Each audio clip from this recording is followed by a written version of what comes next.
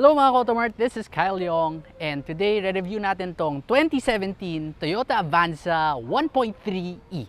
Tara!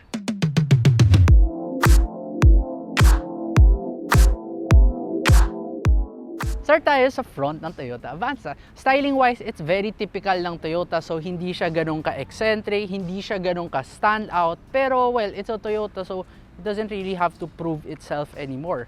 It's like a small Innova o hindi kaya giant Wigo, so sobrang cute nung front end ng Avanza. Gusto ko rin kung paano may two-tone finish ka dito sa grill mo. So up top you have silver, but down below you get black. What's weird about this is that you get halogen headlamps, but since you don't get fog lights, you have these things na mukhang yung mga parang ashtray sa ibang kotse. So hindi man lang in-effortan ni Toyota para dyan, pero again, it's a Toyota, hindi nila kailangan. Pagdating mo naman sa side ng Avanza, sobrang basic niya, wala man lang pagka-flare sa fenders, which is good because you can easily drive this kahit sa mga eskinitas. Hindi ka mahihirapan sa sobrang patag dito sa tabi. Pagdating mo sa likod ng Toyota Avanza, hindi rin siya ganun ka-noteworthy, so there's really nothing special back here. But at least Toyota did give you some sort of special things for Toyota standards. So number one, two-tone pa rin siya. Meron ka na itong trim na to na, well, ibang kulay. May e-badge ka, and all I can say here is that it's a very old school design, so malaki pa yung windshield mo sa likod. Tapos meron ka pa saksakan ng susi. Na pag binuksan mo naman to, napakagaan lang niya. And inside, makikita mo na this is actually a 7-seater car, and this seat sa likod, pwede mo siyang i-fold forward kung kailangan mo pa ng extra space dito. Space-wise, it's not that bad. It's almost comparable sa mga kalaban niya. The Toyota Avanza comes with two engine options. So meron kang 1.3-liter engine and 1.5-liter engine. Para dito sa E-variant na to, meron ka na ito 1.3-liter dual VVTi inline-4 engine that makes 95 horsepower and 121 Nm torque. So yes, hindi siya ganun kataas, pero magaan din naman itong kotse na to. At it's not really made to go fast naman. Mapapansin mo rin na pahaba yung makina nito. Bakit? Kasi rear-wheel drive tong kotse na to. So mga ka-Automart, drive na natin yung Toyota Avanza. But before that, pag-usapan muna natin yung interior. Dito sa loob ng Avanza, well, it's very bare bones. Para siyang Innova na dinowngrade mo pa ng konti. So for example, sa dashboard mo, pati dito sa tabi, pati na lang yung steering wheel mo, lahat gawa sa medyo brittle na plastic. Hindi siya ganun ka-premium feeling, pero hindi naman talaga yun ang purpose ng Avanza. Ang Avanza is meant to be a very utilitarian vehicle, so ito yung mga kotse na bibili mo pag kailangan mo lang magkarga ng gamit sa likod or pang pamilya lang, pang normal na everyday car. Hindi ganun ka big deal itong mga plastic na to. Now, sa second row naman, maluwag siya, pero pag kinumpare mo siya, let's say sa kalaban niya, Mitsubishi Expander, mas maluwag pa rin si Expander. Pagdating mo naman dun sa third row, kahit na 7-seater siya, mas magandang mga bata lang ang pasasakayin mo doon. In terms of equipment naman dito sa loob, sobrang basic lang. So meron kang regular 2-din head unit mo, wala ka man lang Bluetooth for the Avanza, so you still have to stick with your aux cable, yung 3.5mm. Air vents mo, actually for a Toyota, especially at this price point, napakaganda yung pakiramdam niya. Compare mo siya sa Expander, mas matibay yung pakiramdam dito, mas alam mong hindi siya mapuputol. Balik tayo sa steering wheel, hindi siya adjustable ng telescoping, yung pasok-labas. So, up and down lang magagawa mo. Seats mo, manual seats din, so nothing really special about that. Pagdating naman sa safety features, you don't really get that much, pero pwede na rin for its price point. So, number one, meron kang dalawang airbag for the front driver and the front passenger, and that's about it. Wala ka man lang immobilizer for this particular car. Wala ka ring stability control. So all you have is your usual electronic brake force distribution as well as ABS. And for most cases, that's more than enough.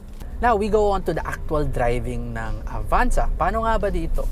Okay, so power niya, isipin mo na 95 horsepower, medyo mahina, pero dito sa city at least, pagpigain mo siya, kaya naman. It's also very heavy. Red line mo na sa around 6,100, 6,200 RPM. So, hindi mo naman feel na kukulangin ka basta nasa city ka. Hindi siya mabilis, pero pwede na for most of your daily drive, most of your daily commute.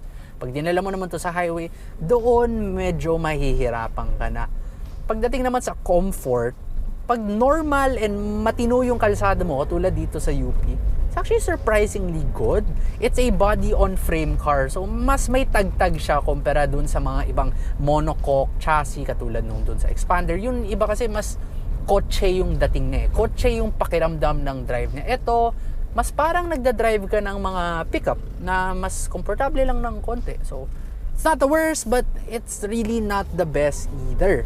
Pag corner mo tong kotse na to na medyo mabilis, mararamdaman mo talaga yung buong katawan ng kotse tumatagilid, medyo malaki yung body roll niya. Again, that's because naka-body on frame pa to, and yung center of gravity niya medyo mataas.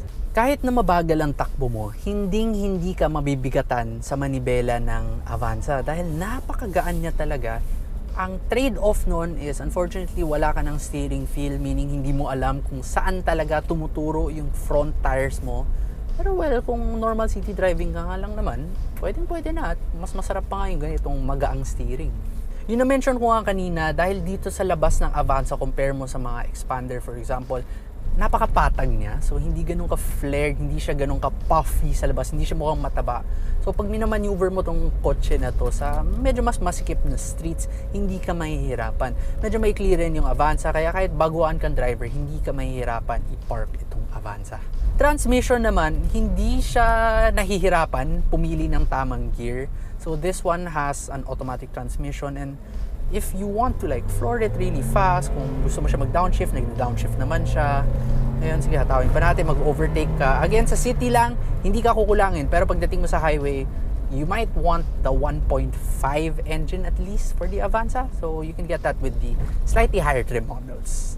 Pagdating naman sa konsumo ng gasolina, sa city, ang Avanza can do around 10 to 11.1 kilometers per liter. Not bad for a 1.3 liter engine and a car this big na pwede mo pang pangkarga sa likod. Pagdating mo naman sa highway, 15.6 kilometers per liter. So it's not the best.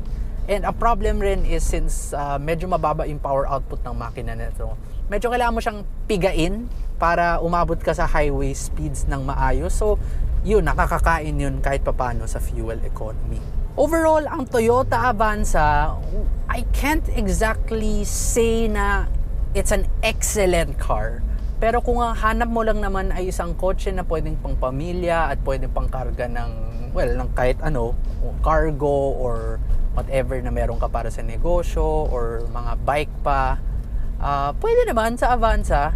So kung yun ang hanap mo, good choice overall ang Avanza. At kung naghahanap ka ng Toyota Avanza, you can try going for the facelifted models.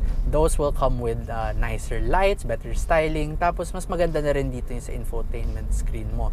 Pero kung naghahanap ka ng medyo slightly older and used Avanza, pwede ka punta sa automart.ph at sa website namin makakahanap ka ng iba't ibang mga Toyota Avanza for sale for a fraction of the price nung brand new.